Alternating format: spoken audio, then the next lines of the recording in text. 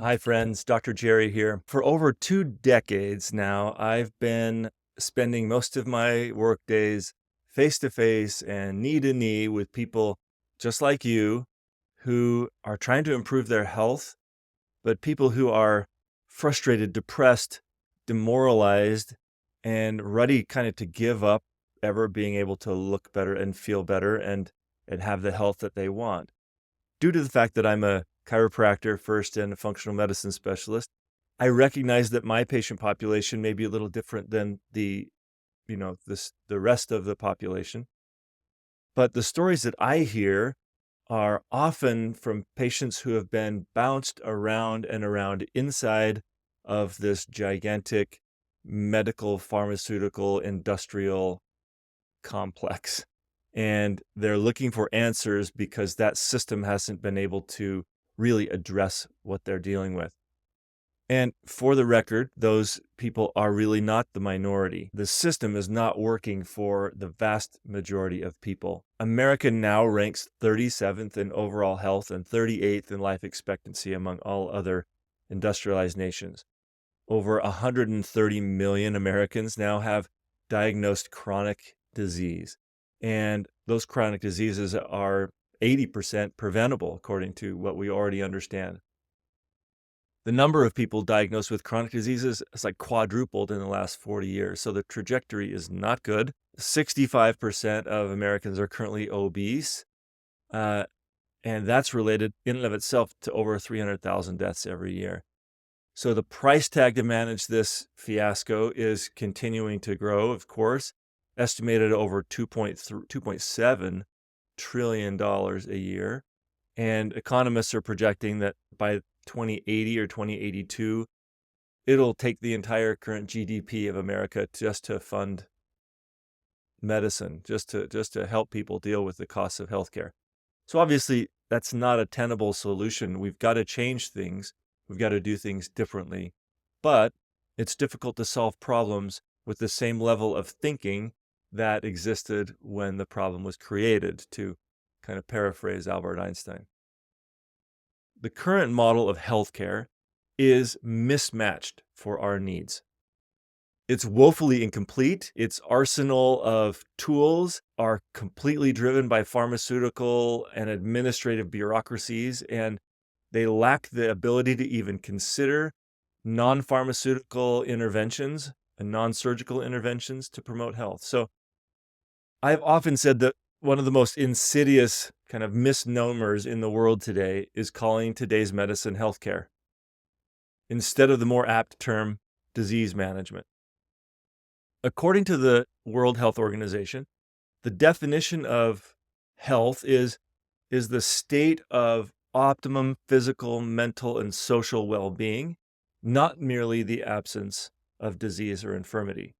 So, therefore, caring for one's health must go far beyond saving lives inside of this gigantic, gargantuan, complex of insanely expensive procedure deliveries, okay? The truth is that many medical physicians already know this, and they're leaving the practice of medicine in droves. They are suffering what they call moral injury from dealing all day with people and promising things that they know they can't deliver. They want to deliver better, but the system itself won't allow them to. Of course, there will always be a need for heroic medical intervention. That's never going to completely go away, nor would we want it to.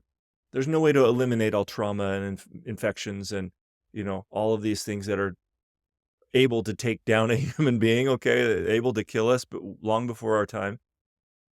But we know that chronic preventable disease is responsible for 7 out of every 10 deaths in America. So we've got to shift our focus away from those heroic things to treat infections and trauma and injury and put our attention into a different model that actually helps to create health.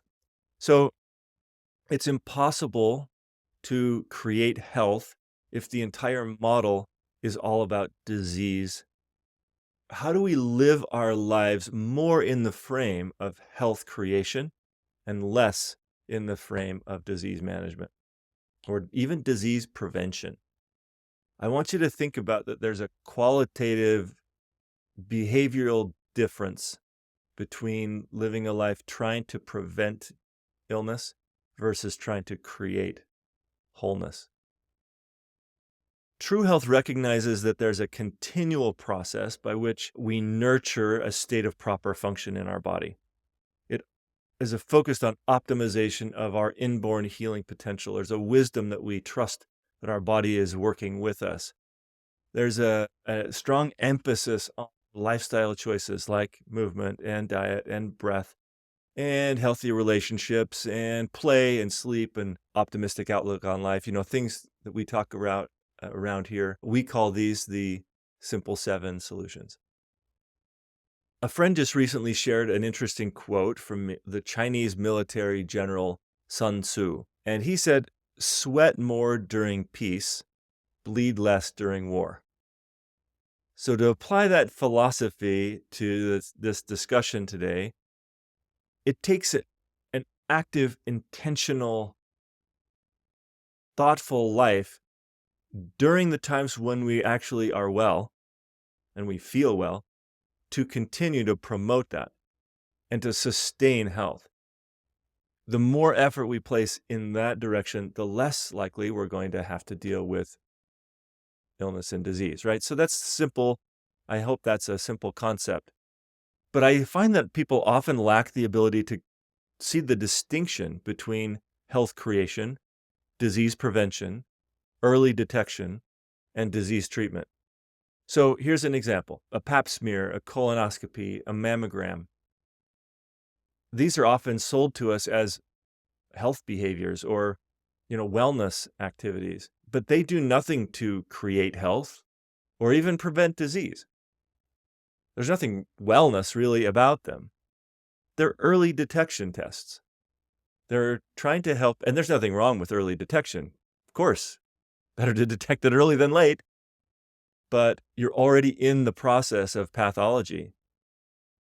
Far better, early than late, but let's not pretend we've actually done anything to create health by having a screening procedure or going to our doctor for your annual physical. That might be a place for course correction, and that might give you enough scare to make a lifestyle change. But gosh, wouldn't it be better if we didn't need the scare? What if lifestyle change was because we wanted to express everything that we could in our health and we wanted to maximize our health and happiness and joy, and that's why we did the right things? So here's the danger also that lurks inside of many medical tests, and that is that when you detect something early, usually there's a treatment associated with that, and many times those treatments are dangerous pharmaceutical interventions or surgical interventions. Tammy and I shared a very, very common scenario in the early chapters of our book, about a man who had some chest pain, went to his doctor, referred him to a cardiologist. In fact, two cardiologists said, "Yep, you've got some blockage here. I recommend we do an angiogram and we place a stent in your artery." And he decided to get a third opinion. He went to another doctor who helped him approach this from a different perspective through diet and lifestyle. And within 3 months, his cholesterol had normalized. He'd lost 15 pounds and the chest pain was completely gone. I see this all the time. In fact, the last month, I've had 2 cases where patients' cholesterol numbers were over 300. Their doctor wanted to put them on, statins and get very aggressive. And instead, we targeted diet and lifestyle and supplementation and brought their cholesterol numbers back into normal range. Now, there's a difference because by addressing the root of the problem, we've solved all of the components along that pathway. Instead of just manipulating one set of numbers to make a lab test look good, we've actually addressed the entire environment in which the body was making that decision to create that much cholesterol in the first place. So this is a fundamental different approach. So I want to ask you a few questions. I want you to think about these, and these will help you understand, are you spending most of your time in the disease management model in your brain or in the health creation model in your brain? And as you think about this, try on a little bit different approach. Number one, are you actively trying to suppress the symptoms that your body is showing you, or are you trying to support normal functions? And there's a difference. With over 80 different classifications and 80,000 different over-the-counter medications and 20,000 prescription drugs available, we've been on a path to try to create a pill for every single symptom that our body can experience. And it's led to an idea that our body should never have any symptom. Any symptom is a mistake. It's a problem that the body is screwed up, it's messed up, and we need to fix it. We need to make that symptom go away. Now, of course, we come by this honestly. Nobody wants to feel poorly. But if we don't understand that our body's actually wise, and if we don't partner with the body and try to figure out what it's doing and why it's doing it, and instead we just, shut the symptom down, it's no different than, putting, black electrical tape over the check engine light on your dashboard. The symptom is a sign, it's a warning sign that something's going wrong. It shouldn't be ignored, but it shouldn't be covered. It should be addressed. We should figure out why the body is doing this and create solutions to address the root cause. Symptoms aren't the problem. Symptoms are a sign, and that helps us to go find the problem. Okay, so question number 2, do your actions reflect that your health is your responsibility or your doctor's responsibility? I know I have a little bit of a skewed perspective in my patient population because it takes a fair amount of proactive thought to even schedule an appointment with the chiropractor or, with somebody to address functional issues.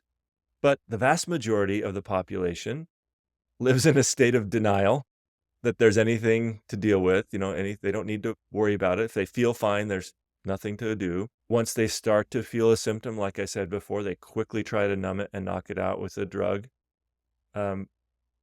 Eventually, if the problem is persistent, they'll go see their doctor. But the expectation at the doctor's office is that they can rattle off their symptom list and that he or she will have a drug for them to take to make it go away.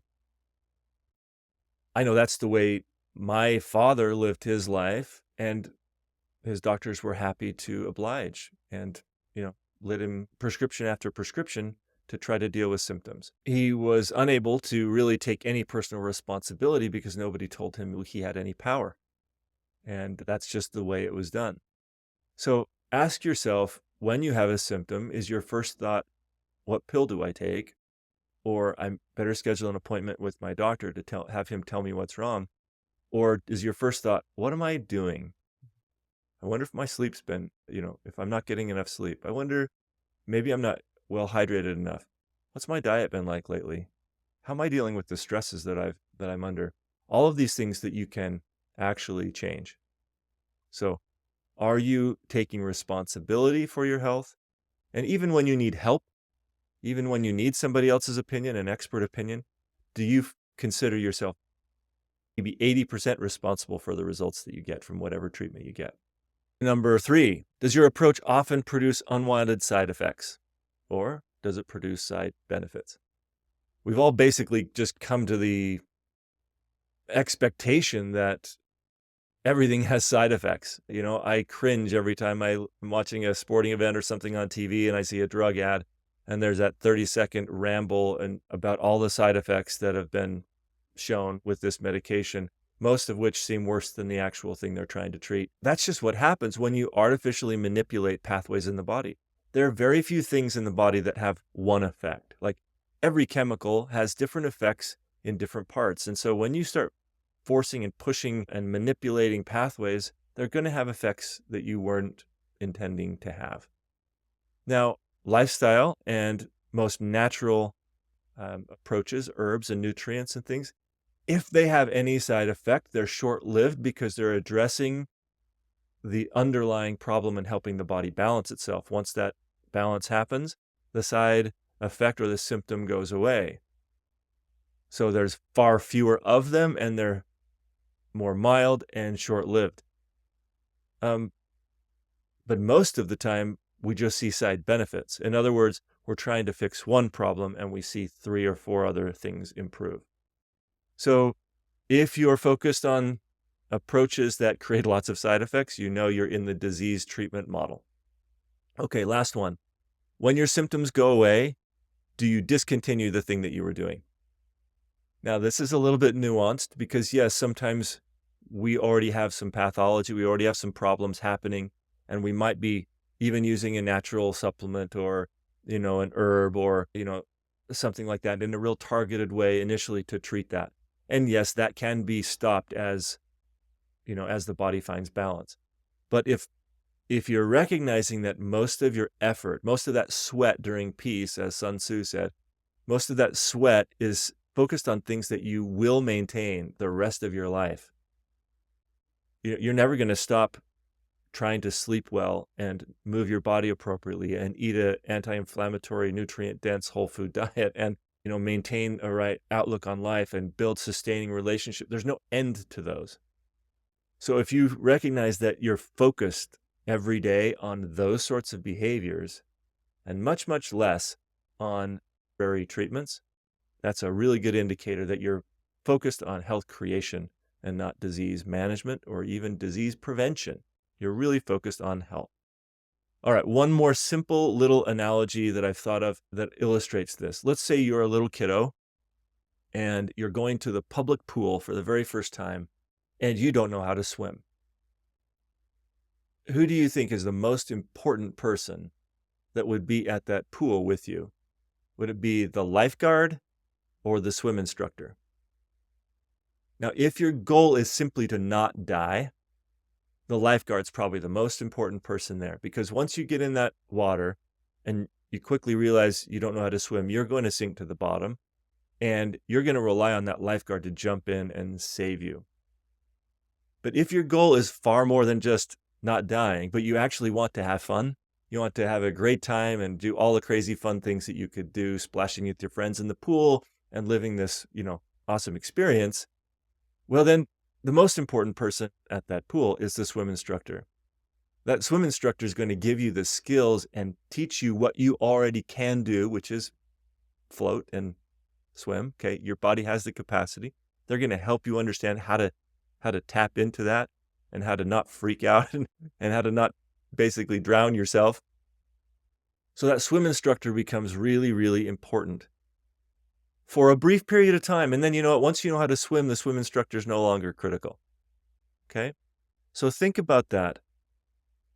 You might need a guide to help you understand how to be well and to help you get out of the mess that you're in, teach you how to swim, so to speak, so that you never, ever need that lifeguard unless there's some crazy experience that, unforeseen thing. Once you know how to swim, then it's your job to maintain. It's your job to focus on all of the things that you want to do with that ability to swim. And that's living a healthy, whole, wellness lifestyle.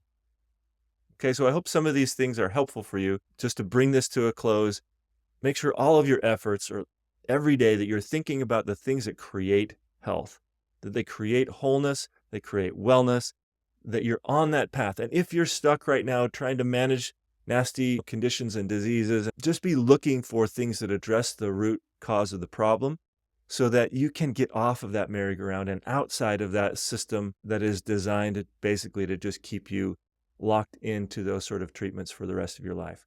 Let's get to the root of the issue and let's create wellness. Now go out there and do some good in the world today. We'll talk to you next week.